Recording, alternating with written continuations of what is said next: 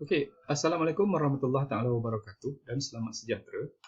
Hari ini kita akan lihat satu lagi jenis analisis yang akan membandingkan kumpulan, iaitu yang diberi nama ANOVA. ANOVA ini bermaksud Analysis of Variance, di mana analisis ANOVA ini akan membandingkan kumpulan-kumpulan di dalam variables yang berbentuk kategori dengan variables dependent yang berbentuk continuous. Konsepnya adalah sama seperti ujian T ataupun T-test yang telah kita lihat dalam pengajian yang lepas. Namun ujian T ataupun T-test independent sample T-test ini hanya terhad kepada satu independent variables yang mempunyai dua kategori saja seperti jantina, ada lelaki dan perempuan. Di mana di sini kita boleh simpulkan bahawa ujian T ini sebenarnya hanya terhad untuk membandingkan mean di antara dua kumpulan saja, iaitu antara gender, lelaki dan perempuan dengan continuous variables-nya kalau kita lihat seperti performance contohnya. Jadi bagaimana pula jika kita mempunyai tiga kumpulan dalam satu variable kategori? Contohnya marital status, contohnya kita ada married, single dan juga divorce contohnya. Di mana ujian T tidak dapat untuk menangani variables yang lebih daripada dua jenis kategori ini. Maka kita akan terpaksa menggunakan satu lagi jenis analysis inference yang kita panggil sebagai analysis of variance ataupun ANOVA ataupun juga dikenali sebagai one-way ANOVA.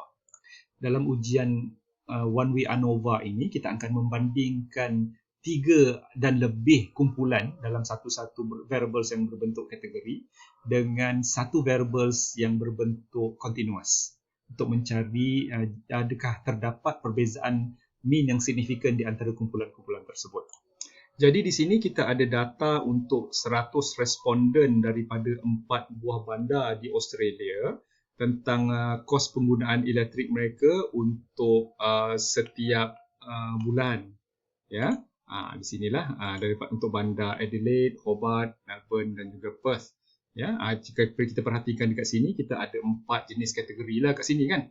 Kalau contohnya kalau T-test ada lelaki dan perempuan, ini ada 4 kategori kan. Kalau T-test sudah ada 2 kategori saja. Jadi bila kita ada lebih daripada 2 kategori, kita akan lakukan one-way ANOVA. Sama seperti ujian T ataupun T-test ataupun independent sample T-test, one-way ANOVA ini juga mempunyai assumption-nya sendiri, iaitu normality yang pertama dan yang kedua adalah homogeneity of variance, di mana ujian normality kita lakukan sebelum ujian ANOVA itu kita laksanakan dan ujian homogeneity of variance ini kita akan lakukan semasa ujian ANOVA itu dilaksanakan.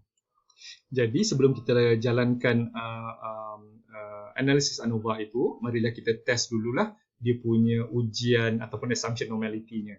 Ya, dengan klik pada Analyze, Descriptive Statistics dan juga Explore. Dan kita masukkan cost of electricity ini di dalam dependent list. Dan klik pada Plots dan kita akan ambil histogram dan juga normality plot with test. Klik continue dan klik OK di sini. Dan kita dapati bahawa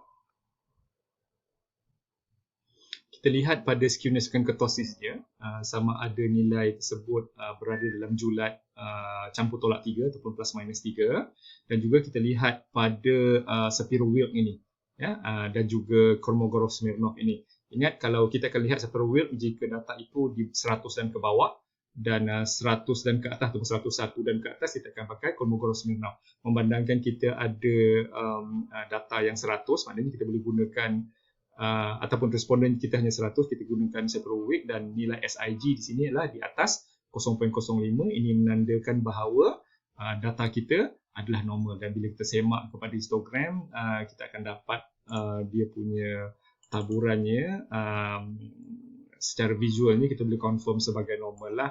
Ya, kalau kita nak letakkan dia punya plot bell shape tu, double klik pada graf tersebut, dia akan keluarkan chart editor ni dan klik pada show distribution curve ni ya, dan klik pada normal kat sini kan, dan klik close. Automatically kita boleh nampaklah kat sini ada bentuk bell shape. Jadi di sini kita boleh tahu bahawa data tersebut adalah normal dengan berbandingkan kepada skewness dan kurtosis dan juga test of normality punya statistics, ya, di atas 0.05 kedua-duanya. Maknanya jika data kita di bawah 100 dan ke bawah, kita akan gunakan Superwheel. Jika 101 dan ke atas, kita akan gunakan Kolmogorov-Smirnov. Okey, setelah kita semak normality, kita akan terus run ujian one-way ANOVA tu. Ya, boleh klik dekat analyze. Okey, masih lagi pada compare mean dan juga one-way ANOVA. Okey. Okey, kita masukkan dependent variables kita pada dalam dependent list. Dependent variables ini adalah variables yang berbentuk continuous ataupun berbentuk scalar, masuk pada dependent list. Dan variables yang berbentuk categorical ini kita akan masukkan di dalam pada factor di sini. Ya, di sini. Okey. Kemudian kita akan klik pada butang option kat sini. Ya.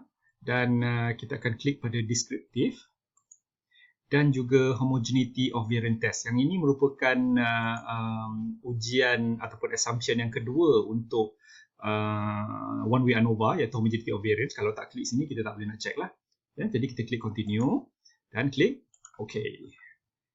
Jadi kita dapatlah hasil one way ANOVA ni, ya, daripada sini. Dan kita check assumption yang kedua, iaitu test of homogeneity of variance.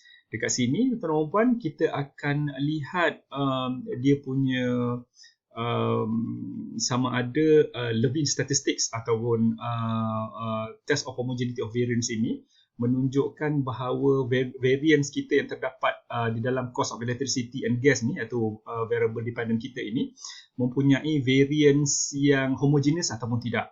Sama seperti t-test lah. Kalau t-test kita ambil Levin statistik dekat dia punya ujian F tu kan. Kalau kat sini dia ada Levin statistik kat sini dan masih lagi kita nak nilai SIG dia di atas 0.05,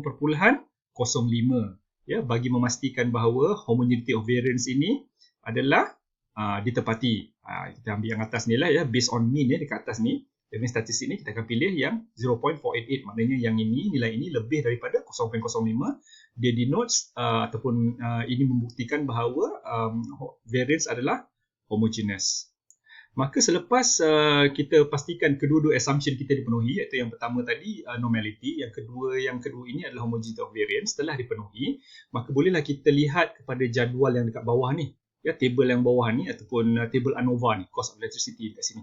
Ya, dekat sini kita nak lihat sama ada atau tidak terdapat perbezaan yang signifikan terhadap ada 4 kategori dekat sini kan. Ada 4 bandar dekat sini, 4 kategori lah maknanya. Ada atau tidak terdapat perbezaan signifikan di antara apa? Di antara min-minnya. Kalau kita lihat sini min dia berbeza kan.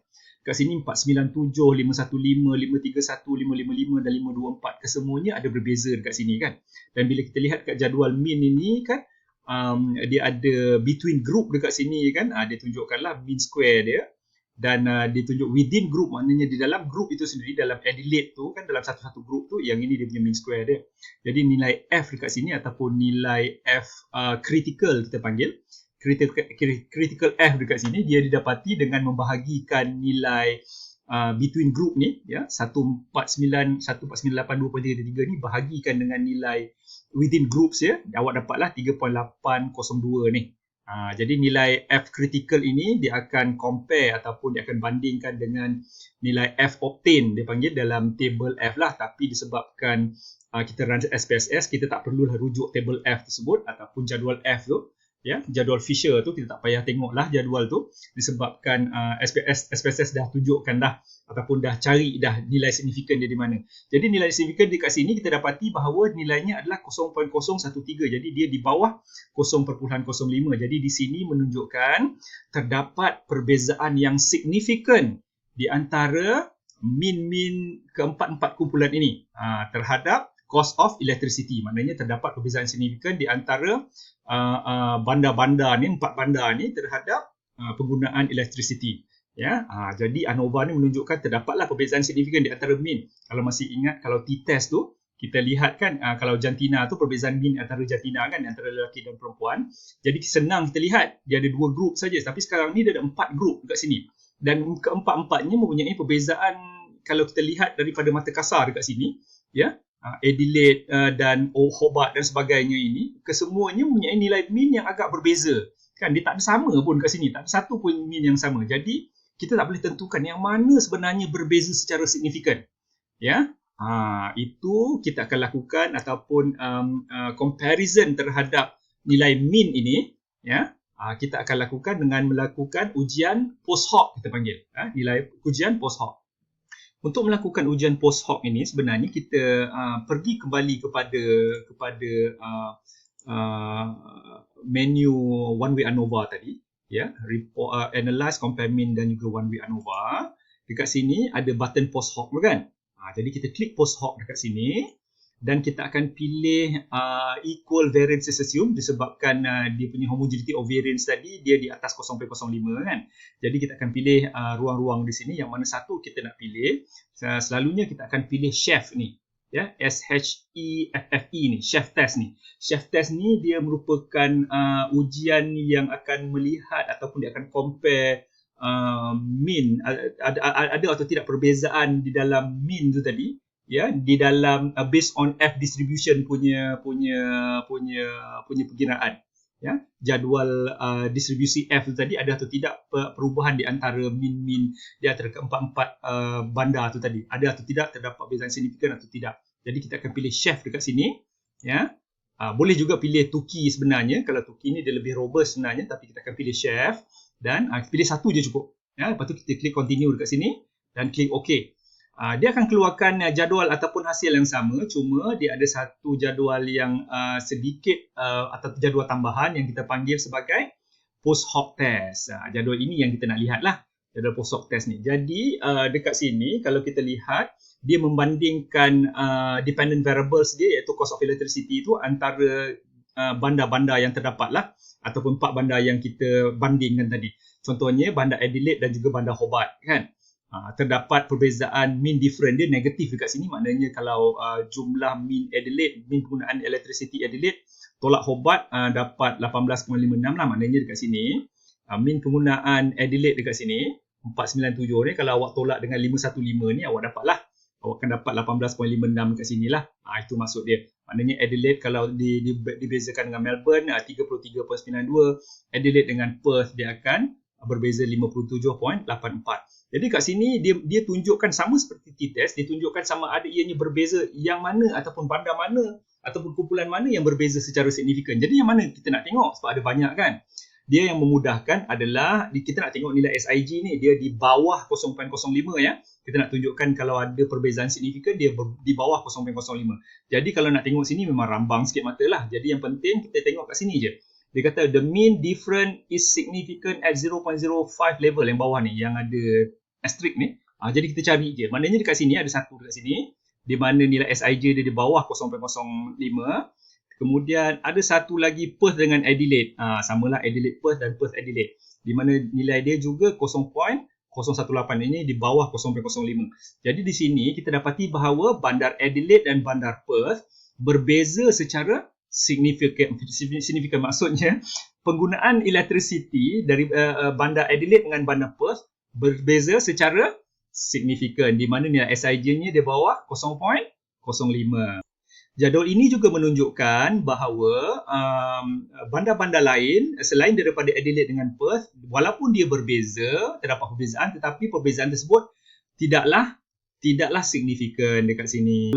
Jadi kenapa kita tak buat awal-awal ujian post hoc ni tadi masa kita run one way ANOVA tadi, kan? Sebenarnya kalau kata nilai di sini tidak signifikan, kita tak perlu pun buat post hoc test. Tapi bila kita pastikan nilai ataupun jadual ANOVA ni menunjukkan nilai signifikan, baru kita buat post hoc test, sebab kita nak lihat kumpulan mana yang berbeza secara signifikan. Itu saja tuan-tuan dan puan, video pendek mengenai bagaimana kita nak buat one way ANOVA dengan menggunakan SPSS. Semoga kita berjumpa lagi pada masa yang akan datang. Wabillahi taufiq wa hidayah. Wassalamualaikum warahmatullahi taala wabarakatuh dan selamat sejahtera. Okay, bye.